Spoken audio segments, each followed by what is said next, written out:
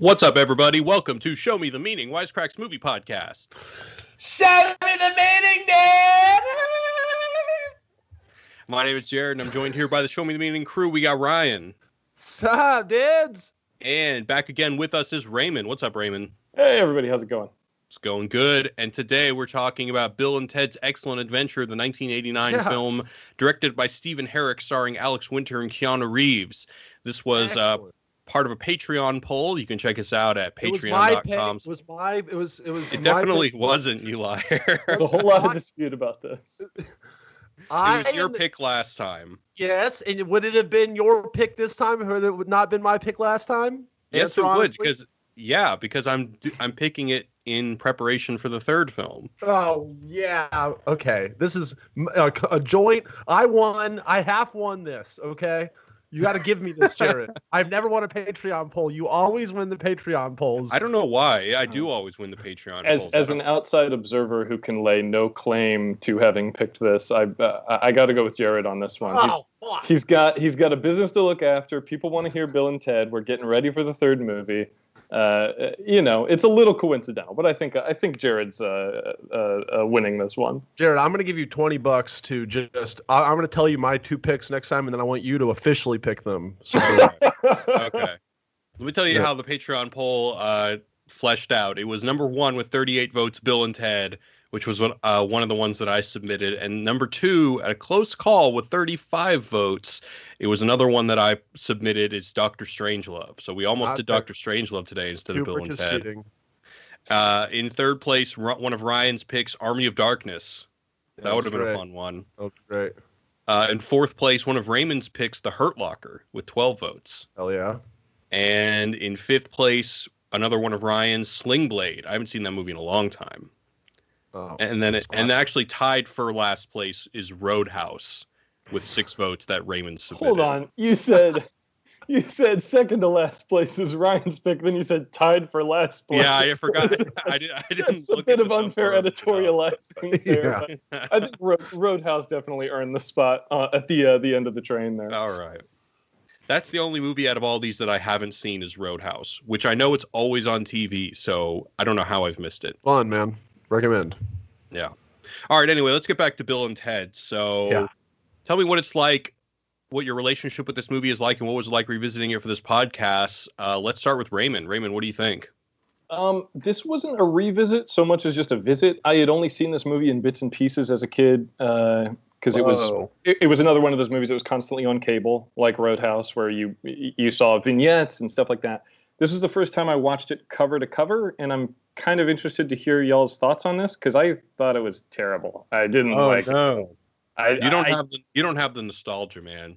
I think that may be it. I don't have a connection to the characters because what I will say about it is I think this would be a pitch perfect slumber party movie. Like, this is the kind of movie you watch with your friends and you spend the next 10 years knowing each other, quoting this and I imagine there are a lot of folks who have really fond memories surrounding this, but there are also a lot of folks who I think are finding it for the first time and still really enjoying it. So I'm kind of curious to hear what y'all have to say about it because I feel like maybe there's something I'm missing. I don't want to be unfair about it, but I definitely have a lot of thoughts. I'll go ahead and admit that I don't think it's a terribly complex movie. I don't have anything too hair-raising to say about it, but maybe Ryan does. Ryan, what about you? So I love the shit out of this movie. I watched it at slumber parties, and I had it on a VHS that I wore the hell out when I was growing up. It was basically like my growing up movie VHS collection was the Bill and Ted, both the Bill and Teds, both the Problem Childs, and all the Ernest movies, and that's just what I watched. And so it was very interesting watching. I hadn't watched it in a long time, at least over a decade, or if not way longer, and it is interesting, Raymond, because I, as a big fan, as a Bill and Ted apologist, I'm not going to give you a lot of shit for not loving this movie because it was kind of coming back to me that a lot of my favorite Bill and Ted moments are from the Bogus Journey and not as much from the Excellent Adventure. I watched Bogus Journey right afterwards too. Sorry, go on. Well, I was gonna say you should watch Bogus Journey, and I would love to hear what you said. So I'm excited to hear your review of that, because I do think that the whole like playing Twister and Battleship with the Grim Reapers, that iconic sequence and stuff, that is one of the best. And him, Bill and Ted, yanking their rubber fucking flesh off in Bogus Journey is also will stick with me for my whole life. So I do think that there's lots of gnarly shit in that movie that in my mind is kind of just all melded together into all just being Bill and Ted, quote unquote. Sure. So this movie is definitely a lower budget version than the second one. And I can see that there was definitely parts that was kind of don't hold up, I don't think aged well, or it is kind of low budget in some scenes, kind of awkward in some scenes, but every classic line that would happen, I would just get right back into forgetting, anything I didn't like. What number are we thinking of? 69? Whoa. Yeah. It has so many stupid, profoundly stupid moments that I think still hold up. And the one big thing that I kind of caught onto this time was just how eloquent they actually speak for being these stoned out, like Venice Valley dudes or whatever the fuck the stereotype is. They actually, the script itself is probably, is very well written and very elegant sometimes. It's just the way they deliver it. And that's kind of what I picked up on a lot. Jared, what did you think about this movie? Well, I definitely have the hardcore nostalgia for this movie. I saw it for the first time when I was maybe in first or second grade, and I'd only seen The Excellent Adventure. And then it wasn't until high school that I think I was even aware that there was a sequel. I don't know how, it just completely eluded me. But I loved this movie when I saw it as a kid, and I've seen it so many times. It's just so wholesome. There's something about the movie that it takes this very uncritical view of history. These two characters are just really lovable, and I find, and I would say I probably maybe belly laughed the first time I watched it, and I kind of more just find myself with a warm smile over my face as I watch the movie in subsequent viewings. I got to be honest, I probably watched it because I watched it last year because somebody at a wedding, right after their vows, said, "Be excellent to each other," and then 6 people from the wedding company said, "Party on, dudes." And my girlfriend at the time didn't understand that, so we had to watch Bill and Ted. And I'm not really gleaning anything new from these subsequent viewings, but it is still, it's a cool 90 minutes. It's tight. It moves quickly. It's kind of the quintessential comfort viewing for me. I can see that. I can see it being the perfect thing to just put on when you've got some time to kill, or if you're folding laundry, or cleaning or whatever. It seems like a phenomenal. I've always said that the quintessential background movie is Footloose, because it's 60% music anyway, and there's not a whole lot else you have to pay attention to. And I kind of get the same vibes from this, where you can kind of tune in every once in a while. Oh, this is a pretty funny sequence, and oh, this one has some interesting panache. Oh, here's a sword fight. I can definitely see it being at least relatively inoffensive background viewing. It seems like if you have those feelings associated with it. Yeah, it almost feels like a bit of a road movie to me. I mean, there is no road in this movie per se, but time is the road, man. Time is the road. The circuits of history are the road, man. But yeah, exactly. So in a road movie, you go from location to location, and there's something very watchable about having your environment shift as the movie continues, and we have that except through history in this movie, and it just makes it really rewatchable. Sure.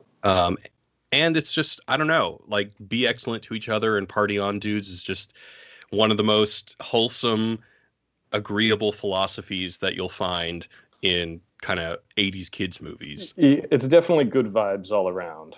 Yeah, absolutely. Well, and I would say 90% credit to the performances of our two leads, man. Alex Winter and Keanu Reeves can you imagine any other people being Bill and Ted? I cannot. They will be a pale imitation. No. I think they are casting in so much of this. Yeah. Yeah.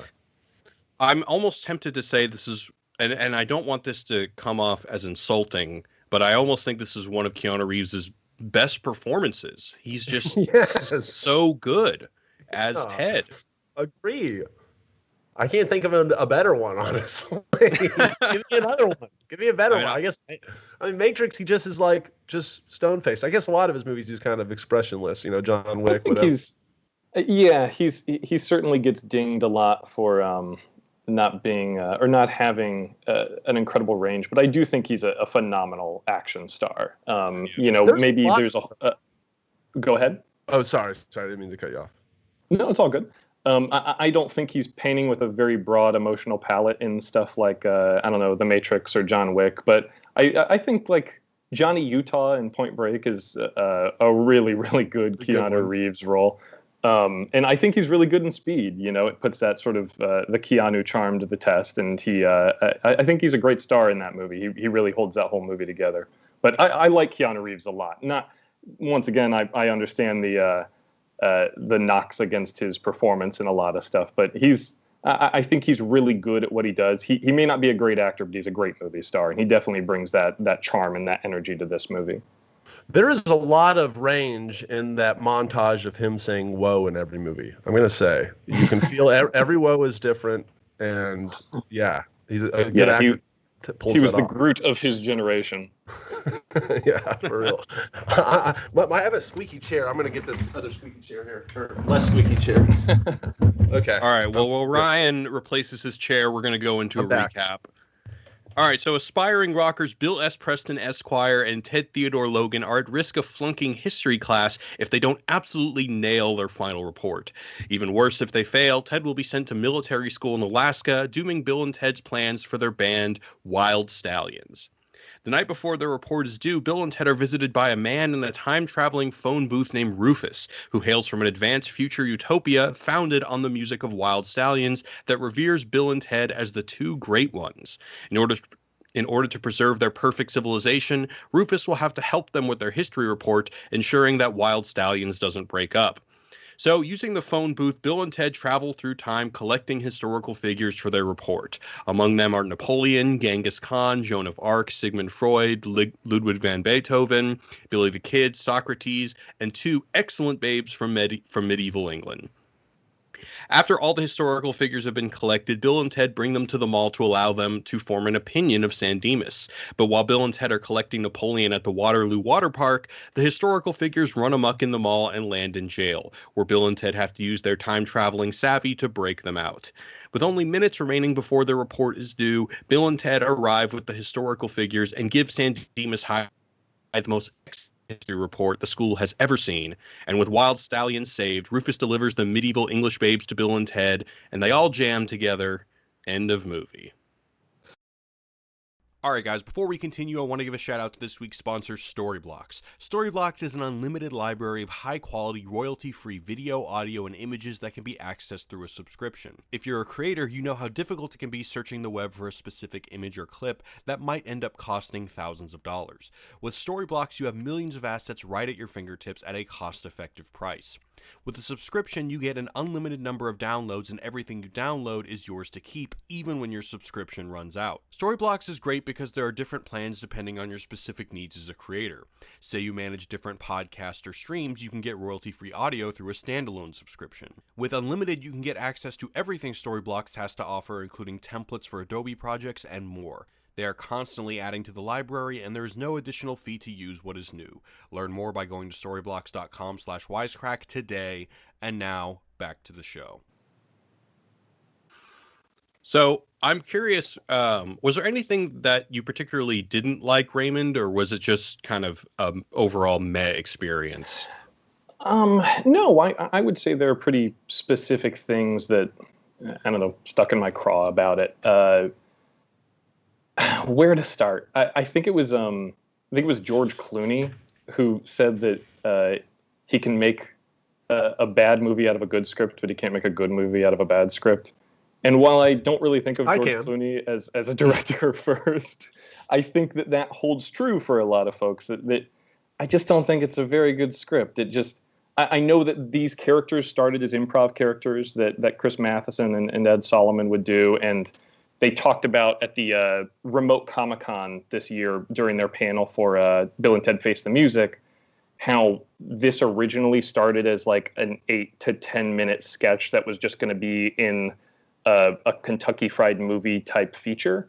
And I think that maybe is the best format for this kind of premise. That just, I think there's, 5 real minutes of meat on the bone here, and then it's like Napoleon going down water slides for 10 minutes, and Joan of Arc doing aerobics, and then they pretend they're in Star Wars while they're wearing suits of armor. Like, some of the vignettes are charming and they're funny on their own, but I could see this being like a recurring sketch on Mad TV or SNL or something where you can just drop in for 5 minutes of it every once in a while, and it doesn't really get old, or at least for me, it just kind of it wore out its welcome pretty quickly, and it also just feels so. I guess the best way to put it is like, I mean, this isn't the best way to put it, but it feels like a precocious 8-year-old telling you about a dream they had. Okay. Where they're just like, oh, I found a time machine and it was a phone booth, but we could travel through time in it. And then we met a cowboy, and then we met Napoleon, and then he went down a water slide, and then we met a lady knight and she did aerobics, and then we went to my school and I had to give a presentation and I was scared, so my dad put me in jail. And it's just that like, 8-year-old sounds like a genius. I mean, yeah, I mean, it certainly is indicative of a certain capacity for abstract thought, but at the end, I'm just like, where are you going with this kid? Come on. Now, fair enough, Raymond, but moving to the bogus journey, which I thought was the more concise, is actually kind of telling more of a story as opposed to just the vignette going through time and, the vignettes. Like, what did you think about? You said you saw Bogus Journey, but you didn't like it. I watched Bogus Journey. I wasn't crazy about it, but I think that one maybe had a little bit more of a plot to hang itself on.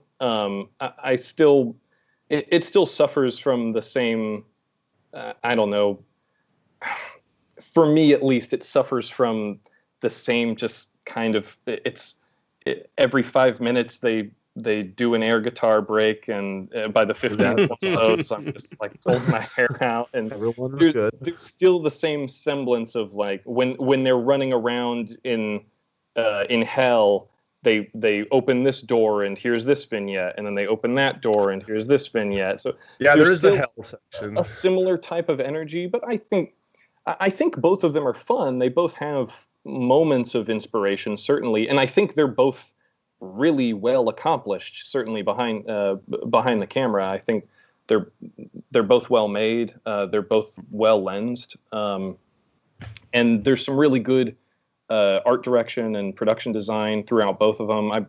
I mean, there's certainly a lot to like. They're fun to look at, but for me, it just, I guess the big thing for me with the first one especially is I don't think there are any real stakes. And it's also the type of story that I'm not crazy about, which is someone shows up and tells an unremarkable person that they're actually a hero, and then the universe justifies that claim rather than the main character having to really earn it in any way. And I think that's kind of where this script lands. It's just someone shows up and tells them exactly what's going to happen, and then they set forth on a totally predetermined journey.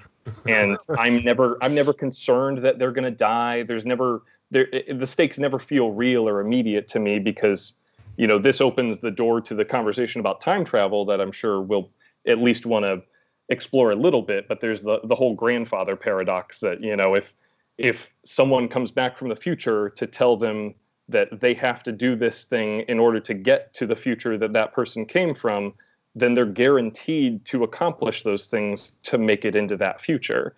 So it's tough for me to really become invested in the stakes or the immediacy or the urgency of their journey. Although the one of the 2 times I laughed during this movie was when Keanu Reeves, exactly 2, when Keanu Reeves tells Alex Winter that he fell out of his suit of armor when he hit the floor. Oh, and yeah. It's that sort of thing where, like, okay, if that's the energy, if this is just a live action cartoon, that's, it's great. It knows what it is. And that really made me laugh. I like the absurdity of it, but it's very, very difficult for me to get invested in the real human stakes of their problem, if that's the kind of logic that they're going to bring to the movie overall. You didn't find Bill and Ted's Excellent Adventure to be one of the most telling, pressing tales about metaphors for determinism in our time, in the 21st century? Free will, determinism, time travel, all of that. I mean, shit. This movie is deep as fuck, man. So much to talk about. Jared, show them the meaning. Well, I look, can't even. I'll too say much that meaning for me to even talk about. Yeah, I mean, this isn't exactly commenting on what kind of meaning that there may be in the movie. I think that if you're looking in that direction, you're probably looking in the wrong direction. But I will say, to Alex Winter and Keanu Reeves' credit, and to Raymond's point, the script is not big on heightened stakes. But I think that once again, to Alex Winter and Keanu Reeves' credit, all that really is at stake is the bromance. The only thing that's really at risk is that they kind of break up. And I think that their chemistry on screen really does work so well that you're really on this adventure for basically a fun ride for what is a pretty short feeling 90 minutes, in my opinion. Yeah, and I agree with that. And there are plenty of buddy movies where, it's not like I watch I don't know, something like Superbad or Booksmart or anything like that. And I'm never worried that those characters are going to die. Like, I know that this is about their relationship. And once again, I can't say enough good stuff about them. I think that the film is watchable at all is a testament to their charm and their affability and their chemistry on screen together. But I guess the thing is, though, is that they don't ever really, unless I'm mistaken, and I'm overlooking something, I don't feel as though they ever really present serious emotional stakes between the two of them. You never feel like they could come to a point where they would be anything but attached at the hip. Like these guys, I mean, correct me if I'm wrong, but there was never that scene, or there's never, if the movie had that emotional journey where they feel themselves growing apart because of this conflict and everything that they're up against, but it just never, it never really feels like their friendship is even at risk. And I think that could have been enough for me to really engage with the stakes on an emotional level. The closest we get is, of course, Keanu Reeves' despondency when he finds out that his father already called the major and is going to send him to military school. Sure. And, the one thing I'll say, and I keep on going back to this word endearing, and one of the things I like about this movie is, it's very much kind of like a rock and roll movie, but it's not a rock and roll movie of the 60s and the 70s. It's kind of like your post-hippie era rock and roll movie. And kind of in our new Reagan Bush era, people still cling to rock and roll. The people that we see largely like in Fast Times at Ridgemont High and like all the teen era movies at this time, people who still clung to rock and roll as a lifestyle were kind of seen as burnouts. And it's nice to see a movie that comically rehabilitates the image of the 80s rocker and suggests that they could fulfill the hippie fantasy of the 60s and 70s of using music to heal all of society's ills. And of course, and I think it's going to be interesting to see what the third movie does with this, drawing that line between these two seemingly stoners and these saviors of a utopia is almost a ridiculous line to draw. And I think that's part of what makes the film so silly, but also so positive and so wholesome. And it kind of draws, I don't know, it draws an image of Sandinus, a world that we would kind of want to live in. Yeah, I agree. And on top of that, like to counter your point, Raymond, earlier about, you don't really like it when somebody comes in and says, all right, some average Joe, like, all right, you're going to be a hero. And then they do. I kind of like to that they take this, innocuous thing like, oh, writing a shitty rock and roll song, and then they blow that up to go, no, this is the most significant thing in the universe. And it is kind of tongue in cheek, obviously, that are they saying it really is? Like, no, but it is kind of just shining a light that, like, all right, you in your shitty band in your shitty garage with your stupid friends, like are you, is that, are you doing something with your life? Like the outward appearance would be, oh no, these are burnouts, like you're saying, they're idiots. But I like the idea of flipping that and be like, no, these are the most important figures in all of fucking history. Okay, and it's very important that they pass their history test. There's just something fun about that. I don't know. Yeah, is it profound? is it real life? No, but like, I don't know. That's what movies are for, in my opinion. Is fun stuff like that. And I think that this movie is tongue in cheek enough that it's not necessarily, like propagating that story cliche. It's not really pushing that or advocating that story cliche so much as sending it up a little bit. But it's still one of those things that just it keeps the movie at arm's length for me, because at the end of the day, like I said, their entire journey is essentially predetermined. Rufus and even future versions of themselves step out of the phone booth and explain to them how things are going to happen, and then we watch how those things happen. And and that's what happened. I have this weird thing like, it is an excellent adventure. So even before we pop the DVD in, we know it's going to be smooth sailing. It's truth in advertising. You get what's on the front of the box. But I guess this happens to me too, and it maybe is my problem as a viewer that the first example I can think of is when I went and saw the Solo, the Star Wars prequel. Yeah, that sucked. Yeah, I wasn't a fan of the movie as it was, but there was still, even if it was the best possible version of a Han Solo prequel, I've still seen Han Solo doing his thing in 4 or 5 other movies that chronologically take place after this movie. So there's no point at which I'm afraid that, the space pirates are going to murder him or whatever.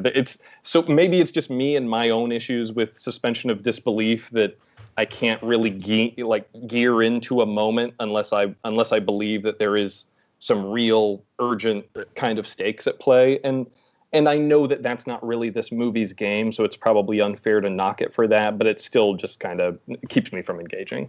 I feel you. Yeah.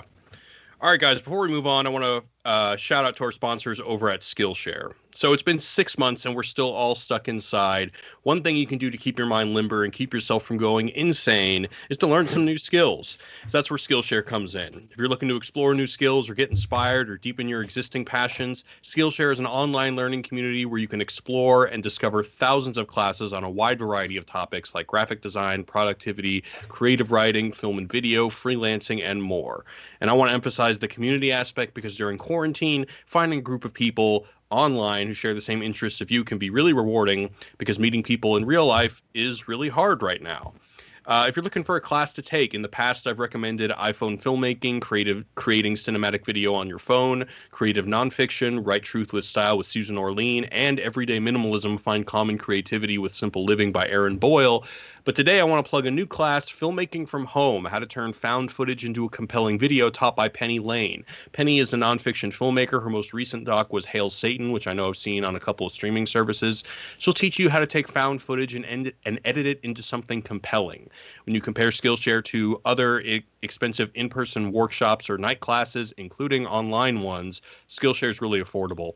An annual subscription is less than $10 a month, and right now they're offering Show Me the Meaning listeners 2 free months. All you got to do is go to Skillshare.com/Wisecrack. Again, that's Skillshare.com/Wisecrack for 2 free months of unlimited access to awesome classes. And now, back to the show. I got a question for you guys, and this is based on what something that Ryan said at the beginning. Is this a stoner movie? It might help. I mean, by that I mean not necessarily like, is it fun to watch while stoned? By that I mean, are we supposed to believe that Bill and Ted are stoners? And let me give you a little context to this, because there was like a time in the 80s and 90s where I would see movies that like, let's take Billy Madison, for example. At the beginning, when he's hallucinating a penguin and his dad is telling him that he got too much sun, I always assumed that, like, okay, that they're basically just Billy Madison is a stoner, and they basically just took the weed reference out to make it PG or PG-13, less transgressive, whatever, to make it less transgressive. Are we supposed to think something similar for this movie? That's kind of what I was about to say, was that it's like they're essentially giving us all the information to deduce that they are stoners without ever referencing it at all. But I guess you're supposed to get the stereotype, but it also completely works if you don't get that or know about that. I mean, I love this movie as a kid. I didn't know about fucking weed. You know, did it hurt my enjoyment of the movie? Yeah. No, but I guess I could have watched Cheech and Chong when I was 5 and probably not really got it either. What were you gonna say? Yeah, I think. Oh well, no, I was just gonna say I don't think it doesn't add or subtract anything from the movie if they are or aren't. So, like, you know, it's have you the movie Pretty Woman with Julia Roberts? Yes. I know of it. I've actually never seen it. You've never seen it? Gary Marshall. So if you ever check it out, really pay attention to Julia Roberts' performance, because there are a lot of scenes where she is just completely manic and off the wall. And that's because when they shot the movie, the character was a coke addict. And then they cut all the scenes of her doing coke and all the references to coke out of the movie. And then it just kind of codified her as like one of the progenitors of the manic pixie dream girl, because her coke behavior was still in the movie, but none of the actual cocaine was in it. That's interesting. So it does kind of feel similar to that, where you could watch this movie and say, oh, there's a director's cut with 10 extra minutes. Let's pop that in. It's literally just 10 minutes of them stopping to smoke weed every time. Well, because there's also I might be looking too much into this, but there's also the shot when at the very beginning they're jamming and they overblow all of their speakers, and then they open the garage and there's just this billowing smoke coming out of the garage with them coughing. And it was only at this viewing did I say, like, am I supposed to be like, is there a double meaning to this? Like, not that the characters are actually smoking weed, but did the filmmakers kind of codify the image of two burnouts coughing as smoke billows out of their garage? Yes. If that's supposed to be some sort of, like, I don't know, PG safe stoner nod. Yeah, I think it was on purpose, for sure. Interesting. So on that note, do you think, like, because I guess we're really getting into what is a stoner movie? Is it just about weed, or does it feature stoners? You know, because I guess, you know, Half Baked is like they're smoking a lot of weed in it. It's about weed, but I don't know. It's like Beavis and Butthead Do America. Is that a stoner movie? Beavis and Butthead is a good example. Because there are other ones which I don't really know if we're supposed to think of them as stone. Well, actually, right. I think they're just stupid. Well, exactly. but is there this moment in the early 90s, late 80s where that archetype of just two laughing idiots, I mean, you're supposed to be kind of be like, all right, they're doing a lot of drugs. You know, that's kind of supposed to be the wink and the nod. Like, these people are idiots for a reason. They weren't just born that way. Well, I don't know. Or am I reading too much into it? Then there are also a lot of movies that I particularly love. Some of my favorite comedies are just about people who are weird, and there's no one knows why Navin R. Johnson in The Jerk is off, but he's just off. There's no explanation. Yeah. Or in Dumb and Dumber, they never explain what particular brain damage Harry and Lloyd have. They're just idiots. And I really love that type of movie where there are some folks who with certain types of movies like that may read it as the characters as ableist or things like that, but they never hang a diagnosis on any of those people. Like Navin R. Johnson is just a fucking weirdo. I think Dumb and Dumber is actually the most interesting example, because we got Dumb and Dumber, Beavis and Butthead, and Bill and Ted. What is the difference between those two? It's basically or those three. I think it really is just the accent, the Valley. It's something that comes with the Valley girl and guy accent, just the stoner or surfer dude, skateboarding thing like this. You just assume that they smoke pot. And then Dumb and Dumber, they're just so stupid and they talk, they don't talk like that basically. So you don't really maybe put that connection there. But Beavis and Butthead, they also have their own kind of druggy thing going on, it seems. I don't know. What do you guys think about that? Those are also just, I mean, Beavis and Butthead are just really weird characters. Like, yeah. I don't think you can say, oh, Beavis has a Valley dialect or something. You know, but they're I don't know. It's something that they're, I don't know.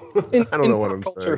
Pop culture has a way of really compressing character types and personality traits and things. It's why I think so many, for example, so many folks from the American South are really resentful towards certain depictions in popular culture because in a lot of instances, filmmakers or writers or actors codify the Southern dialect as just being really stupid, and they're always, hillbillies and stuff like that. Well, no, they're normal people who come from this region who just have a regionally specific dialect, and it's really unfair that every single person who talks like that sounds like a hillbilly.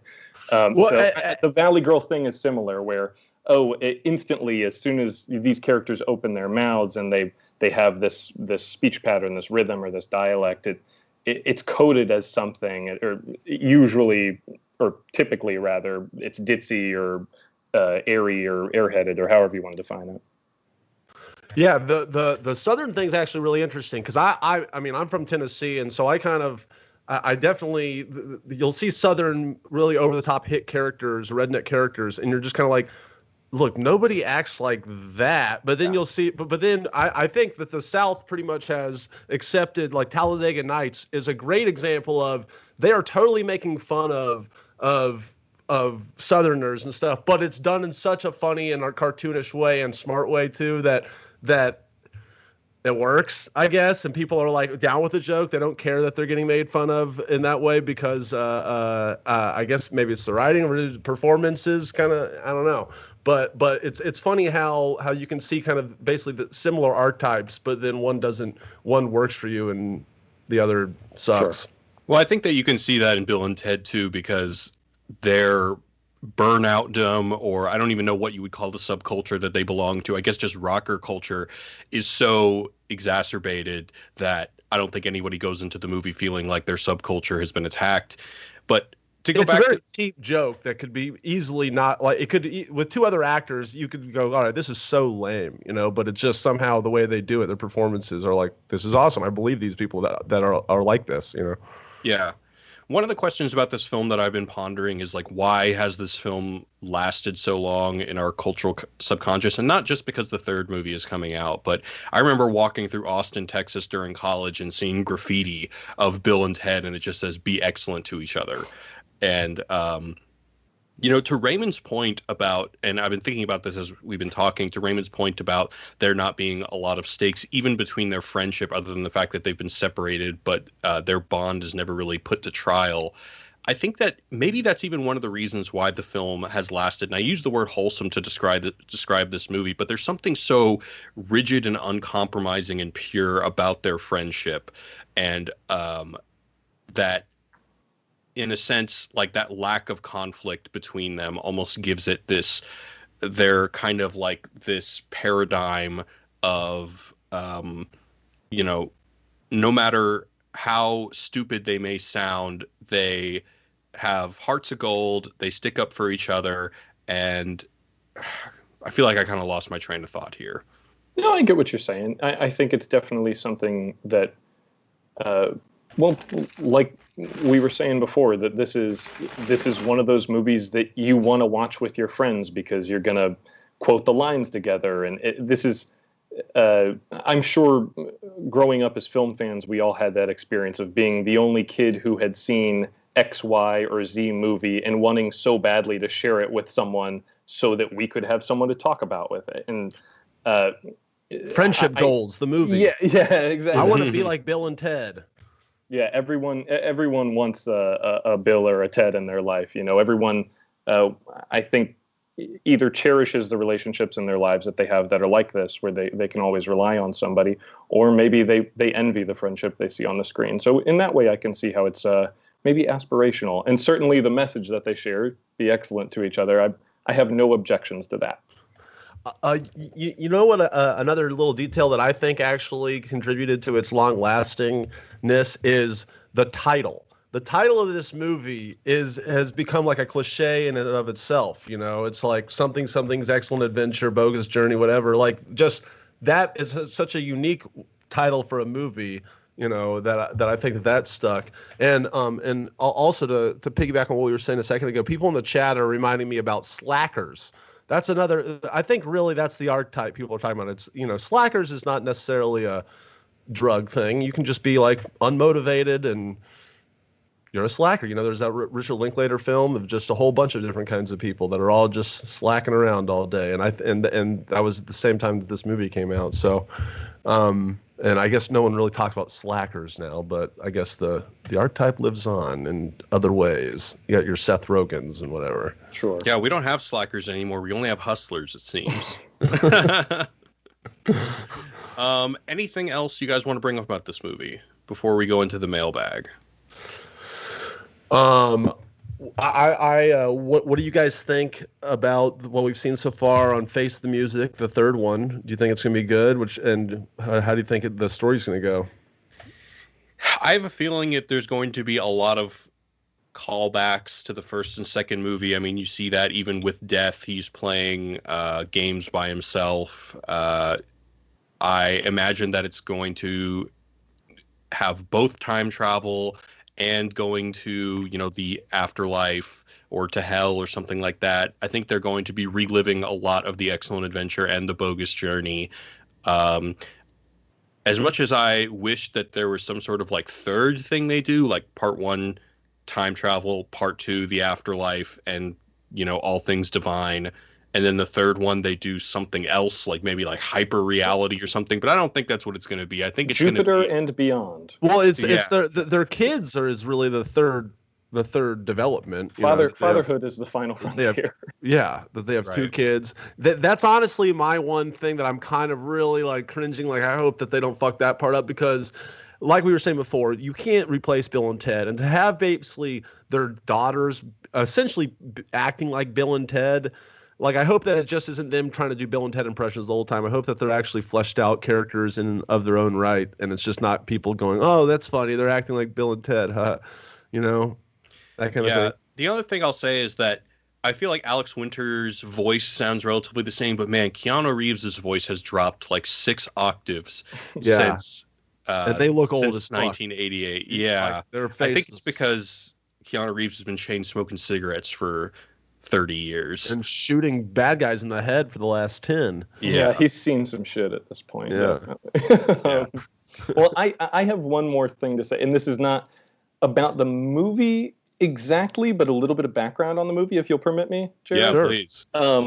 So I think, Ryan, you said earlier on in your initial thoughts that there are some aspects of it that maybe haven't aged very well. Mm-hmm. I don't know if you guys know anything about the original outline or first draft of this movie. No. But it would have aged exceptionally unwell if they were in a van, right? They were in a van. But what's more is they brought back Hitler instead of Napoleon, and they were all buddy-buddy with him. And then rather than just darting around and kidnapping folks, they didn't kill him as a baby? No, they didn't. They were inadvertently responsible for a bunch of tragedies throughout history. They caused the Titanic to sink, and they caused the Hindenburg to explode. Like the Forrest Gump of history. Yeah, and they accidentally murdered Julius Caesar. And speaking of Forrest Gump, it reminded me of Forrest Gump 2. Have you ever heard about that? I heard that it's that it's infamous. So Forrest Gump 2 was initially greenlit on September 10th, 2001. And that's when Eric Roth turned in his script for it, and it never got made for obvious reasons. The world turned upside down the next day. But a lot of folks have said that, and I think Eric Roth even said something to the effect of, we couldn't make a movie that trivialized history when we were living through history in that moment. But the script I haven't read the script of Forrest Gump 2, but it's based on the book Gump and Company. And I've heard that the script has him in the back of OJ's Bronco during the low-speed chase. And he dances with Princess Diana at one point, and he's involved in the Oklahoma City bombing. Jesus. And then you just realize, they couldn't make this movie after 9/11 because Forrest Gump would have had to be involved in 9/11. He would have been fucking chasing Muhammad Atta down in an airport you forgot your box cutter. Just immediately you're like, God damn, how did this ever even...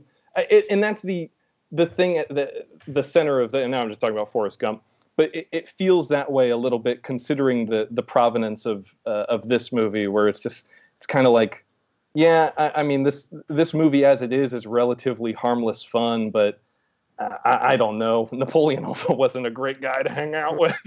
So I'm just so grateful. And I think the makers of the film, now that they're on their third installment, are pretty thankful that they didn't go the Hitler route back in 1989. Yeah, they went with the better commercial route. Good for them. Yeah, right. Yeah. I'm glad we got what we got. All right, guys. Well, we're going to head into the mailbag.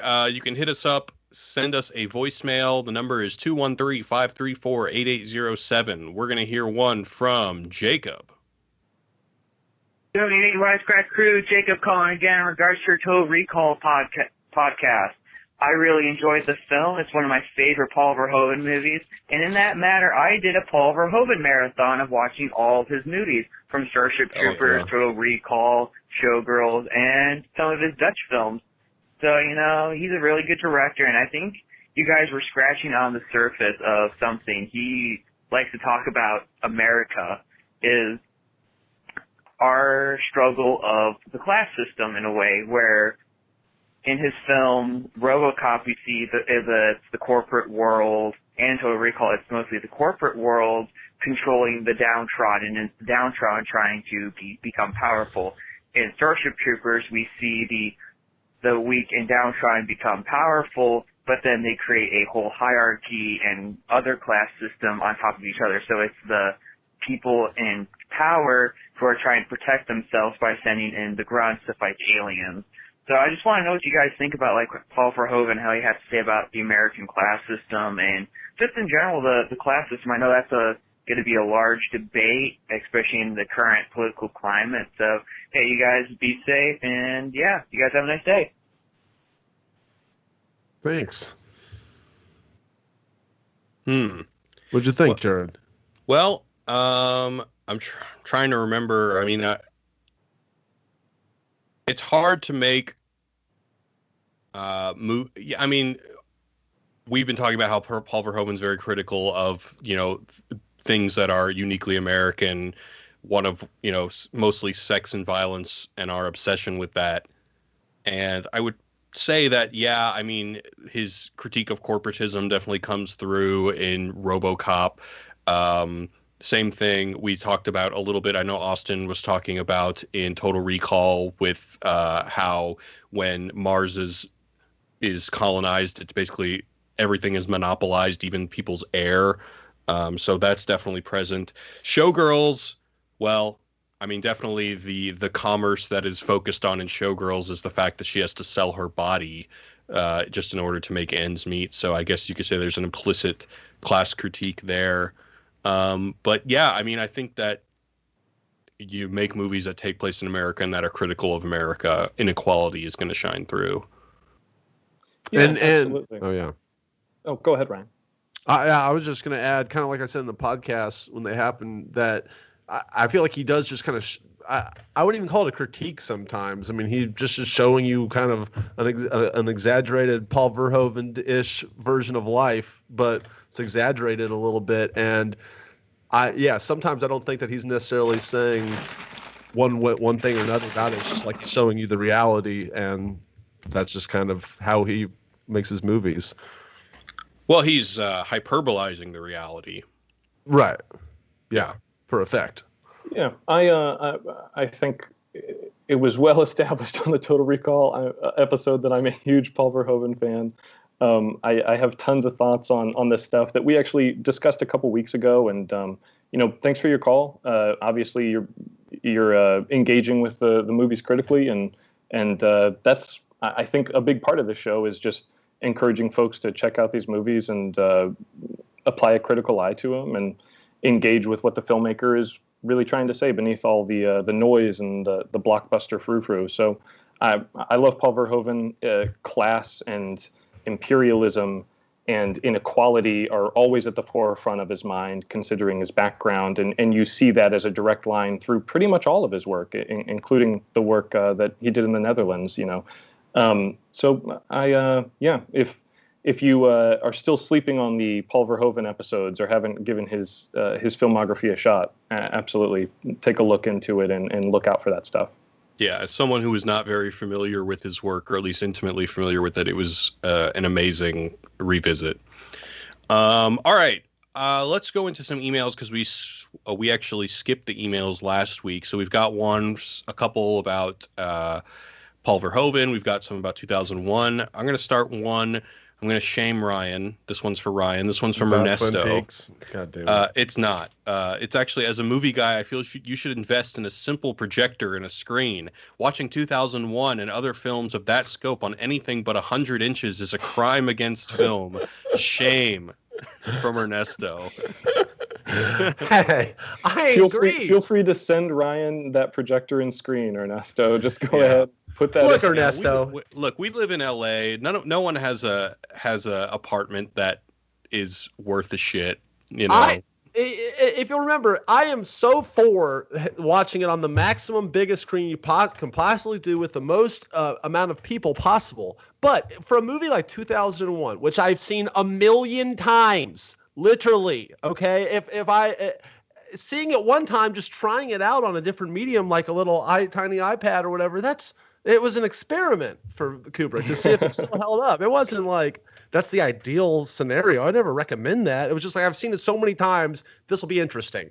Double speed. Let's go. A little counter to Ernesto's point. The last time I watched 2001: A Space Odyssey was the Christopher Nolan, not cut of it, but Christopher Nolan oversaw a color grading of the film that was released in a handful of theaters. One of which was the ArcLight in Los Angeles a few years ago, and while it's always nice to see great movies on the big screen, and 2001 is designed for that experience, quite literally, seeing a colorblind person color correct somebody else's movie was a uniquely upsetting experience. Wait, Christopher Nolan is colorblind? Yeah, he's red-green colorblind, which is why all of his movies are blue and gray and brown color palettes, and he's just that makes a lot of sense now. Yeah, he goes in the complete opposite direction of someone like Nicholas Winding Refn, who's also colorblind, but Nicholas Winding Refn uses those really, really sharp colors on screen because that helps him actually discern which items are what color, and it helps him. So that's affected his style in a complete opposite way than how it's affected Christopher Nolan's. But watching someone who is really only comfortable looking at blues and grays and browns and blacks it makes for a very tough experience with 2001, which is a really rich, vibrant film. So I agree with Ernesto that most movies deserve to be seen on the big screen or the biggest screen possible, and I will half shame Ryan for watching it on an iPad, but it's not like he was watching. Actually, it was Austin who watched it on iPad, and Ryan who watched it at 1.5 speed. I just remembered this. Wait, hold on. Wait. I missed that. You watched it at 1.5 speed. Yeah, I got shit to do. All right, Ryan. End this now, Jared. I'm gonna. Yeah, I know. It's a whole other thing. All right, sticking with 2001. This one's from Colin. He said, "Just listened to your 2001 podcast. Was wondering if any of you have watched the vastly inferior sequel 2010 or 2010. It pretty much removes all the ambiguity and flat out explains everything. It's an okay sci-fi movie by itself, but I kind of regret watching it as it colored my impression of 2001. And regarding your discussion at the end of what each one of you bring to the table, maybe Ryan, Jared, and Austin are the id, ego, and superego of this podcast. I actually have not seen 2010 for this exact reason. Have you guys seen it? I started it. I stopped it. I didn't like it, but yeah, I just didn't get through it. It was like a Blockbuster thing a long time ago. It has a cool cover. I remember that. Have you seen it, Raymond? There's a space baby on it. It's not great. And certainly it pales in comparison to 2001. And what's really, really crazy is that I'm trying to think of when did 2010 come out? It was in the 80s, and I know 2001 was what, like 71 or 72? 68, I think. Oh wow, was it that early? Yeah.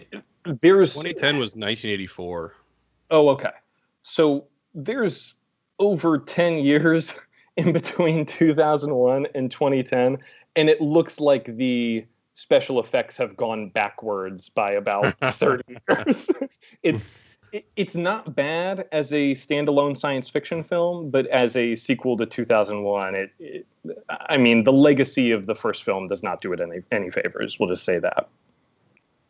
Yeah, I mean, which is why I haven't put in the time to watch it. And then, how many of them have they made? Because they made another one, Just right? two. I thought it was just two. Isn't there like? Oh, I know that Arthur C. Clarke has written more books. I don't know if they had made more movies. No, I don't know. don't know. I haven't seen any other 2001 series. I feel like I don't know. I feel like that would have crossed my radar at some point. Yeah, maybe I'm wrong. If they made another sequel to it. All right, we're going to close this out with an email from Eric. Eric said, loved all the show me the meanings on Verhoeven. Just wanted to ask you what you think an actual Verhoeven train would be like. And then his thing is Snowpiercer, except every car is a sex dungeon. This is a weird thing that I never got to talk about, Starship Troopers or Showgirls in depth with you guys. But y'all made a lot of hay about the sexuality in his films, where I think obviously there is sexuality foregrounded in a lot of his movies, but he's always using it quite pointedly, like especially in Starship Troopers, where they have the co-ed shower scenes and none of the characters are making a big deal about it. And I feel like that's the point of all that, is just to present this weird future where everyone has this weird anhedonia or anhedonic approach to sexuality. And, especially if you watch Starship Troopers, the two characters don't get it on until their commanding officer comes into the tent and literally orders them to, or he says, like, you've got 15 extra minutes, go ahead and have sex with her or whatever. And it's like, the point of that to me has always been how these characters give themselves over to the Gestalt. They give themselves over to this experience. The only pleasure they can derive is by serving the Gestalt, is by serving the country, is by, like, that to me is just, once again, inherently about fascism. It's about how these people live to serve, and that's the only pleasure any of them can derive. Like, so much so that, you can stick them in the same shower and not have to worry about any of them getting horned up or assaulting each other or anything like that. It's this really weird vision of the future where everyone has surrendered their sexuality at the altar of fascism. And I think that is kind of the streak that runs through a lot of his American movies, especially Showgirls, where obviously sexuality is commodified, but Nomi is still really in control of her sexuality and how she's presented. And that movie is, ultimately, like, she burns her career down in several big scenes throughout the movie, and she's constantly essentially being redeemed by other characters who respect her for that, rather than hand her agency over to another character who wants to commercialize it or commodify it in their way or their specific lens. But I don't know. I don't necessarily know what a Verhoeven train would look like, but I just don't. I don't think it would be the orgiastic fuckfest that the listeners seem to imply. It would definitely have some strange compartments, though. That's for certain.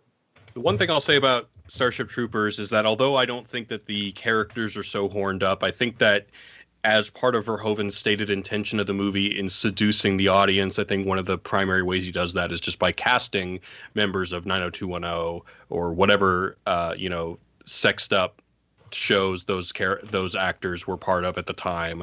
And, because we want to see the beautiful people get together.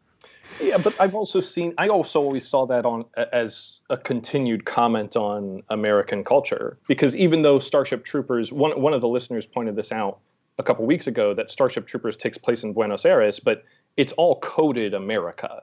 Like, the implication is that this is now a colonized country or a colonized nation state. And every single character in it is from 90210, the same way that, like, I think Elizabeth Berkley's perfectly cast in Showgirls because of her relationship with audiences at that time, as coming off of Saved by the Bell. And I think that adds a lot to her character. She's this woman who is really, really hungry to prove herself and her worth on her own terms. And she's an artist in this very transgressive field. And Elizabeth Berkley is this actor who's coming off of a sitcom that's much derided critically, and she's ready to make the leap. I want to prove that I can be taken seriously. Like the hunger that Elizabeth Berkley has in her performance in Showgirls, it perfectly mirrors what Nomi is trying to accomplish career-wise. And I take your meaning that in Starship Troopers, they are a lot of handsome gals and lovely ladies, or excuse me, handsome guys and lovely ladies. But at the end of the day, none of them are really objectified by the camera. I see what you're saying. Yeah, they're handsome people, and that's totally incidental to the plot or the filmmaking. The filmmaking is essentially indifferent towards their looks. The camera is not going Spring Breakers on them. Yeah, sure. But I could, don't get me started on Spring Breakers. That's a totally different conversation. Because there's a different intent behind what he's doing with that too. Yeah. All right, we're going to go and wrap it up for today. Ryan and Raymond, where can we find you guys on the internet? You can find me on at Ryan Shorts on YouTube and all those other kind of platforms. And check out Ryan's Game Show if you're bored. When is the next upload for Ryan's Shorts? I've been waiting. Man, I have so much footage, and the answer to that is probably in 2 days. I'm going to be releasing my unauthorized A. Schwab's commercial. I made a commercial for a business here in Memphis. They don't know about it, but I made a commercial for them. They're not going to like it probably, but be on the lookout for that. All right. What, is it just a spec commercial, or is it a parody or something? It's a joke, yes. Oh, but okay. yes, it's what, just. Did they fuck you over or something? No, I love this place. It's just they've been around. They're the oldest shop on Beale Street, but they're like a family general store, and this is a very unfamily commercial. You said they're not gonna like it. Like you just have some weird axe to grind with these people. No, they're just not gonna like the commercial. I can just already tell. But I like the commercial. I hope they like the commercial. But it's a good commercial. Well, go ahead.